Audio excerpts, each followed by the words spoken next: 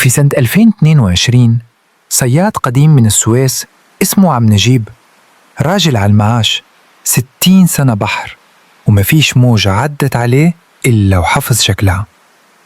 الراجل ده كان بيطلع يصطاد لوحده فجر كل يوم بمركب خشب صغيرة رغم تحذيرات الصيادين. خلي بالك يا عم نجيب، المنطقة دي من بعد الفجر حصل فيها غرق كتير والبحر بقى غريب. كان يضحك ويقول البحر ده صاحبي عمره ما غدر بيا.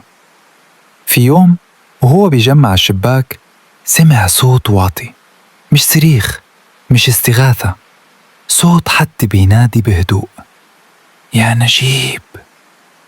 بص حواليه، مفيش حد، الشط بعيد والمركب واقفة. رجع البيت، بس من اليوم ده الصوت ما سابوش. كل فجر وهو في نص البحر نفس الصوت، وأحيانا يزيد ويقول قرب أنا تعبت. بعد أسبوع عم نجيب حكى لابنه.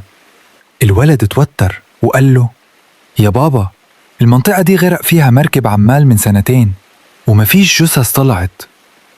عم نجيب سكت لأنه افتكر حاجة. يوم الغرق هو كان معدي من هناك وسمع صريخ، بس خاف يقرب والبحر كان عالي وسابهم. 3 أسبوع الصوت بقى أوضح، مش بس بينادي، بقى بيطلب: مد إيدك زي ما سبتنا. في فجر يوم الجيران لقوا مركب عم نجيب رجع لوحدها، الشباك مقطوعة والراجل مختفي. بعد يومين جثته طلعت.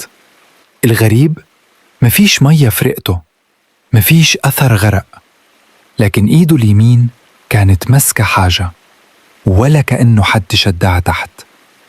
الصياد اللي غسله قال وشي ما كانش وش واحد ميت، كان وش واحد لسه سامع صوت بيندح عليه.